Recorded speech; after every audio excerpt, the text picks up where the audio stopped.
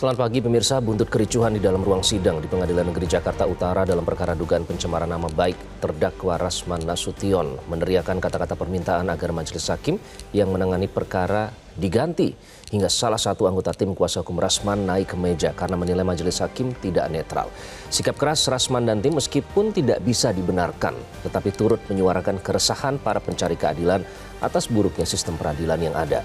Kasus vonis bebas Gregorius Ronald Tanur menjadi salah satu contoh betapa buruk wajah peradilan di Indonesia. Mahkamah Agung pun didesak untuk berperan aktif dalam memperbaiki integritas para hakim. Inilah editorial Media Indonesia Rabu 12 Februari 2025 dengan tema Peradilan Bersih, Martabat Pulih. Bersama saya Iqbal Himawan. Anda juga bisa berpartisipasi dan berinteraksi melalui telepon interaktif di nomor 021-583-99-100. Dan pagi ini telah hadir bersama saya anggota Dewan Redaksi Media Group, Aris Fadila. Mas Aris, selamat pagi. Pagi Iqbal. Tidak ada yang naik meja kali ini? Tidak ada. Kita semangat untuk mengawal bersihnya sistem peradilan di Indonesia. Betul. Kalau kita membaca tajuknya Peradilan Bersih, Martabat Pulih, memang mendesak harus segera dipulihkan. Mas Aris. Sangat mendesak.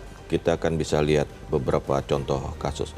Sebenarnya kan begini, peradilan itu di mana hakim yang menjadi orang yang paling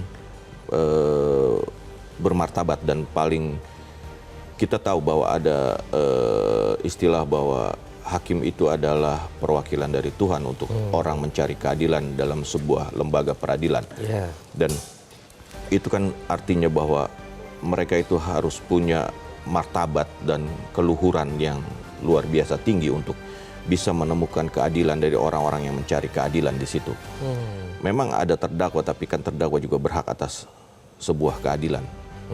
Dan bagaimana orang-orang yang terlibat dalam sebuah peradilan itu bisa menjaga keluhuran dan martabat dari sebuah lembaga peradilan. Oke. Dan integritas itu biasanya diuji oleh mereka, para wakil Tuhan ini ya. Betul. Tapi ternyata ironisnya justru para wakil Tuhan ini malah justru yang melakukan praktek yang mencoreng integritas itu sendiri. Apakah itu alasan hari ini editorial mengawal soal itu, Mas Aris? Betul. Memang kita melihat sebuah kejadian yang mencoreng artinya merendahkan martabat sebuah peradilan ketika terjadi protes terhadap hakim yang dilakukan oleh terdakwa yang juga seorang pengacara dengan timnya terhadap sebuah peradilan. Kita tidak sedang membenarkan kejadian itu. Kita tidak sedang membenarkan bahwa seorang terdakwa yang juga seorang pengacara bisa melakukan hal-hal semacam itu di sebuah peradilan. Tapi kita ingin mengatakan bahwa semua orang harusnya menghormati itu dan ada mekanisme yang harus dijalankan ketika orang, kan tadi kita dengar berita bahwa terdakwa menginginkan hakimnya diganti karena dia menilai hakim tidak netral dengan memutuskan peradilan secara tertutup. Karena ini kan beda pendapat dan seharusnya itu ada mekanisme yang harus dijalankan kan. Dia bisa melaporkan ke peradilan yang lebih tinggi, ke ketua pengadilan untuk bisa mengganti hakim dengan argumen-argumen yang bisa dipertanggungjawabkan secara hukum. Tapi kalau kejadiannya seperti yang tadi kita lihat di berita headline itu kan tidak bisa dibenarkan. Sama sekali tidak bisa dibenarkan. Orang menghina pengadilan. Tapi kemudian kenapa bisa sampai seperti itu gitu kan? Itu pertanyaan besar yang menarik untuk kita bahas nanti, Betul. Mas Aris, karena semuanya sebenarnya bisa dilakukan sesuai prosedur. Tapi Betul. kenapa ada yang meledak di situ? Nanti kita akan bahas lebih lanjut. Itulah editorial kita pada pagi hari ini, pemirsa. Peradilan Bersih, Martabat Pulih.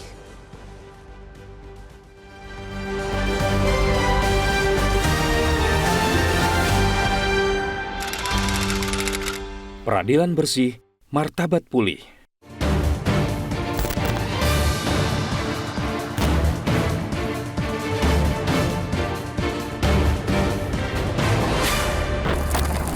Kericuhan terjadi di dalam ruang sidang Pengadilan Negeri Jakarta Utara, Kamis 6 Februari pekan lalu. Dalam perkara dugaan pencemaran nama baik, pihak terdakwa Rasman Nasution meneriakan kata-kata permintaan agar majelis hakim yang menangani perkara diganti. Salah satu anggota tim kuasa hukum Rasman bahkan sampai beraksi naik ke meja. Mereka menilai majelis hakim tidak netral. Mahkamah Agung menginstruksikan PN Jakarta Utara melaporkan pihak Rasman kepada kepolisian dengan tuduhan penghinaan terhadap pengadilan. Instruksi itu direspon Rasman bersama koleganya dengan mendatangi MA, kembali menuntut majelis hakim yang menangani perkaranya diganti. Rasman juga mengulik-ulik borok hakim hingga Hakim Agung dengan mencontohkan kasus suap dan gratifikasi mantan pejabat MA Zarof Rikar. Di satu sisi, aksi gaduh Rasman bersama tim pengacaranya telah menginjak-injak kehormatan dan keluhuran martabat hakim, juga mengganggu ketertiban di ruang sidang. Pada perspektif yang lain, sikap Rasman dan tim walaupun amat salah turut menyuarakan keresahan para pencari keadilan. Kasus vonis bebas Gregorius Ronatanur, terdakwa penganiayaan dan pembunuh kekasihnya, menguak praktik busuk hakim mulai dari tingkat PN hingga MA. Itu pun diyakini baru mencuil peran mafia peradilan karena baru satu perkara yang diungkap melibatkan Zarof Rikar. Seusai pensiun, Zarof masih bergigi sebagai makelar kasus. Terlihat dari dugaan perannya dalam kasus vonis Ronald Tanur. Zarof bersama pengacara Ronald disebut jaksa melakukan pemufakatan jahat untuk menyuap Hakim Agung Susilo sebesar 5 miliar pada tingkat kasasi. Saat masih menjabat di MA, sepak terjang Zarof pun mencengangkan. Zarof didakwa menerima suap dan gratifikasi hampir 1 triliun, ditambah 51 kilogram emas selama periode 2012-2022. Bila dikonversi dengan harga pada 2012, nilai 51 kg emas setara sedikitnya 28,8 miliar rupiah. Kini harga emas tersebut bernilai sekitar 86,3 miliar rupiah. Bila dirata-rata per perkara kasasi di MA, suap yang diberikan 5 miliar rupiah. Artinya 915 miliar rupiah ditambah 28,8 miliar rupiah yang diterima Zarof tersebut melibatkan 188 perkara. Entah sudah berapa Hakim Agung yang menerima suap dan gratifikasi. Dalam sidang terhadap 3 hakim PN Surabaya yang menjatuhkan vonis bebas terhadap Ronald, jaksa mendakwa ketiganya menerima suap 4,6 miliar rupiah. Putusan vonis bebas dari ketiga hakim, meski mengoyak-ngoyak rasa keadilan, dibela habis-habisan oleh Ketua PN Surabaya, Dadi Rahmadi.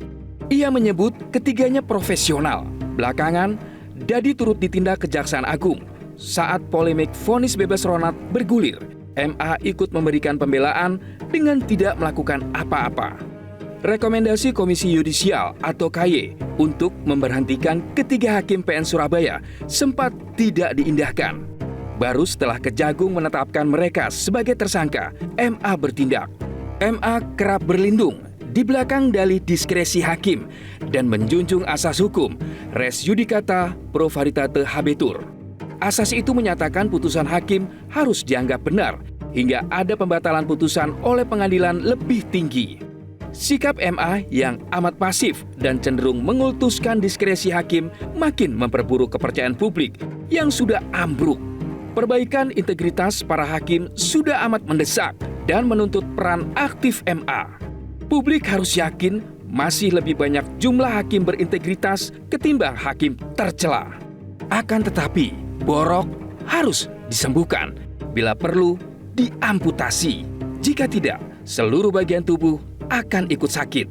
Muruah pengadilan mesti dibangkitkan kembali agar para hakim benar-benar bermartabat karena menangani setiap perkara dengan adil, tanpa suap, tanpa gratifikasi, dan tanpa intervensi orang kuat.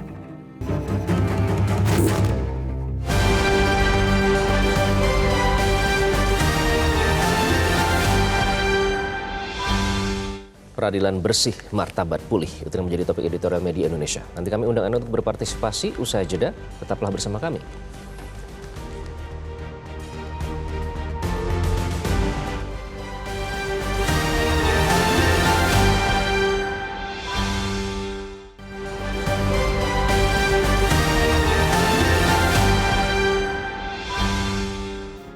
Media Indonesia mengajak Anda untuk mengakses fitur premium e-paper.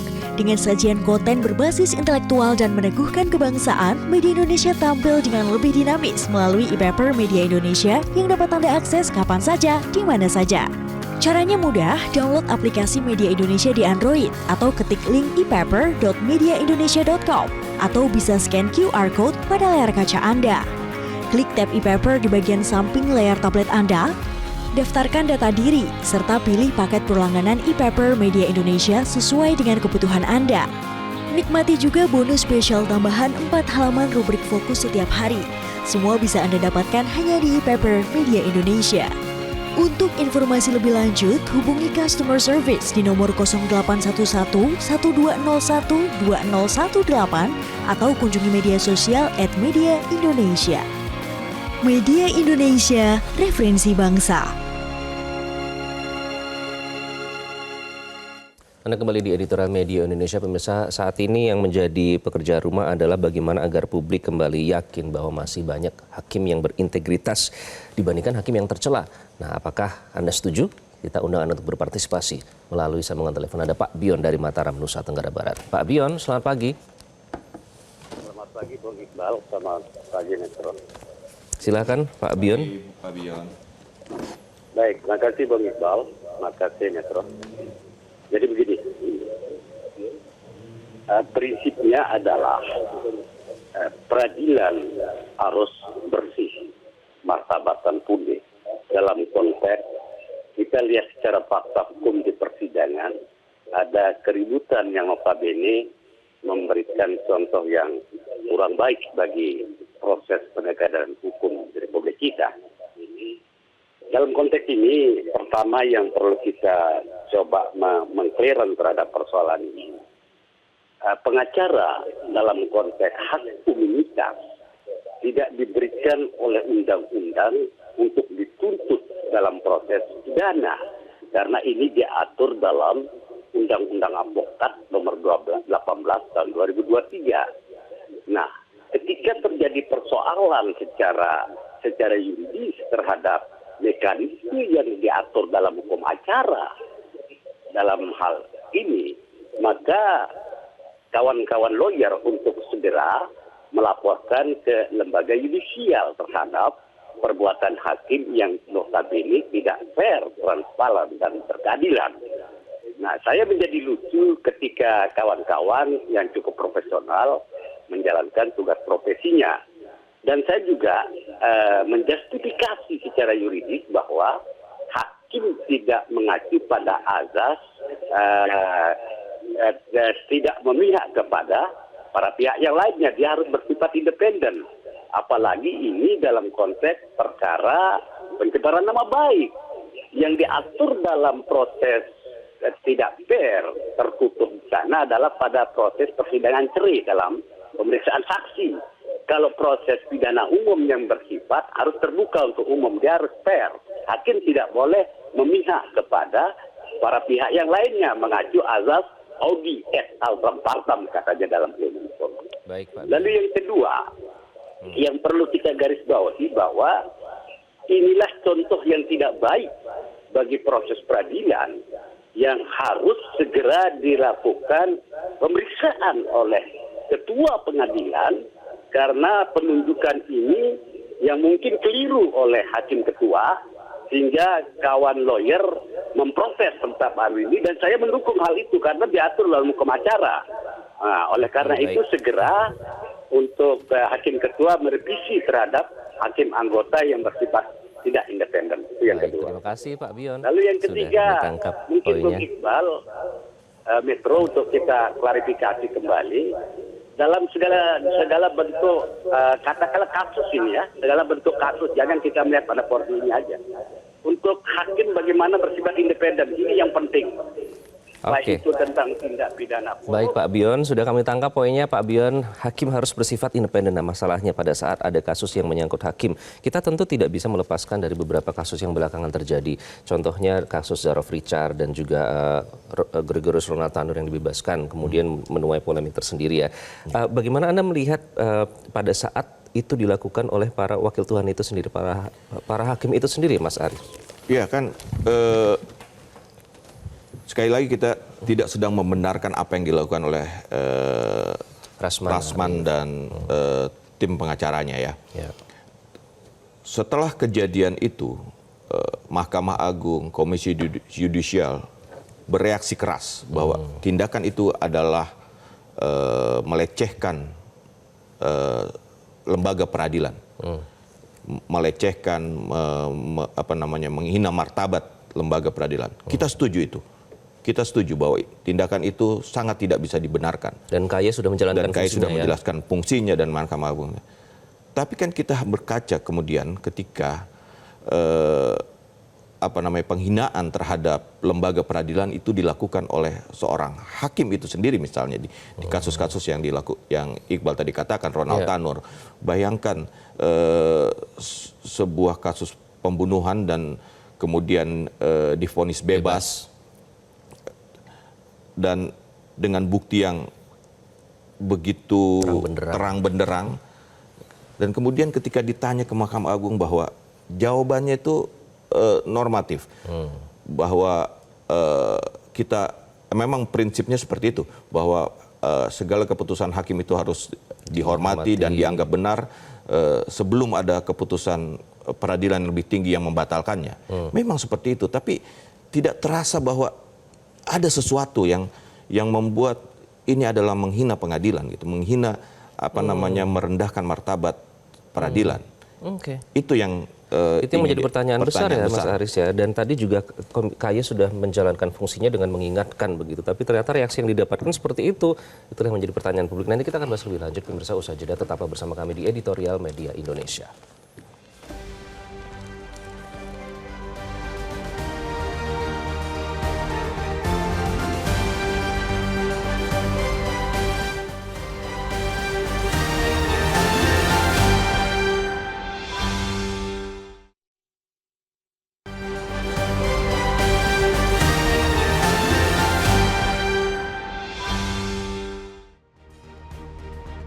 Kembali di Editorial Media Indonesia, Mas Aris. Jadi sekarang adalah PR-nya bagaimana supaya mengembalikan integritas dari lembaga peradilan di Indonesia dan dengan berbagai kasus yang terjadi saat ini. Apakah itu mungkin dilakukan jika terus dikawal dan apa yang harus diprioritaskan? Ya sebenarnya sistemnya kan sudah ada. Ada Komisi Yudisial, ada Mahkamah Agung yang mengawasi kerja hakim. Itu saja dijalankan.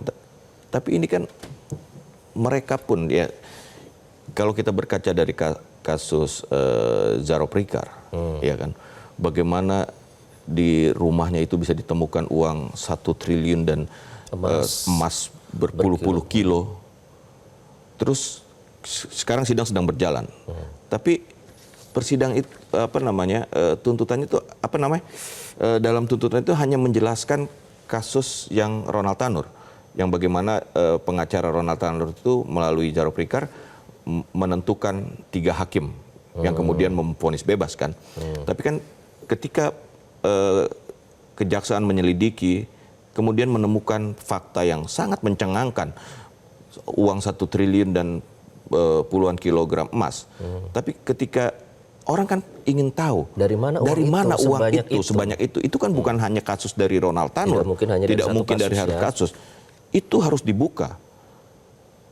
Karena nilai suapnya saja 5 miliar rupiah, Mas. Betul. Nah, sisanya itu dari mana? Itu dari mana? Itu harus dijelaskan. Itu harus dijelaskan sehingga publik tahu ini apa.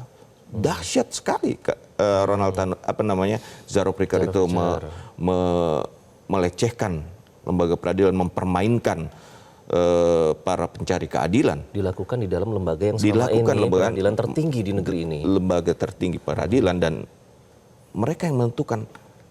Itu kan publik bertanya-tanya, ini ada apa? Seorang Zaro Prikar bisa mengendalikan itu, bisa punya uang sedemikian besar, cash, dengan emas batangan. Itu kan luar biasa, itu kan harus dijelaskan. Dan sekarang tidak ada penjelasan soal itu. Itu hanya dipertontonkan, wah mampu menyita uang sekian banyak, dipertontonkan dengan emas yang tadi kita lihat gambar dideretkan. Tapi jadi ini bisa menjadi momentum ya, Mas, sebenarnya. Betul dong. Kalau misalnya niatnya ada, memang beritikat memang memperbaiki lembaga peradilan. Kalau ini tidak, harusnya jadi momentum ya. akan Masyarakat muncul yang lagi menilai seperti ini kan. Oke. Begitu. Karena itu kita harus kawal terus, Mas Betul. Haris. Jangan sampai ini hanya menjadi momentum yang lewat saja, karena kita berharap juga masyarakat penonton editorial media Indonesia juga terus mengawal lembaga peradilan di Indonesia, karena sesungguhnya agak memang untuk mengucapkan bahwa kita masih percaya bahwa lebih banyak hakim yang berintegritas dibandingkan yang tercoreng, itu harapan dan mimpi kita ke Betul. depannya. Terima kasih Mas Haris. Terima Dan kasih, terima Pak. kasih pemirsa, Anda sudah menyaksikan editorial media Indonesia, wajah buruk sistem peradilan di Indonesia, turut disuarakan oleh aksi keras Rasman Nasution dan tim kuasa hukumnya di ruang sidang Pengadilan Negeri Jakarta Utara, meskipun aksi itu tidak bisa dibenarkan. Kasus vonis bebas Gregorius Ronald Tanur menjadi salah satu contoh betapa keadilan begitu sulit dicari, bahkan di dalam ruang sidang pengadilan yang semestinya sakral. Integritas hakim tengah menjadi sorotan publik. Mahkamah Agung pun didesak untuk berperan aktif dalam memperbaiki integritas para hakim sehingga sistem peradilan yang bersih dan martabat bisa diwujudkan. Terima kasih Anda sudah menyaksikan editorial media Indonesia. Selalu jaga kesehatan Anda, selalu jaga integritas Anda. Sampai jumpa. Terima kasih, Mas.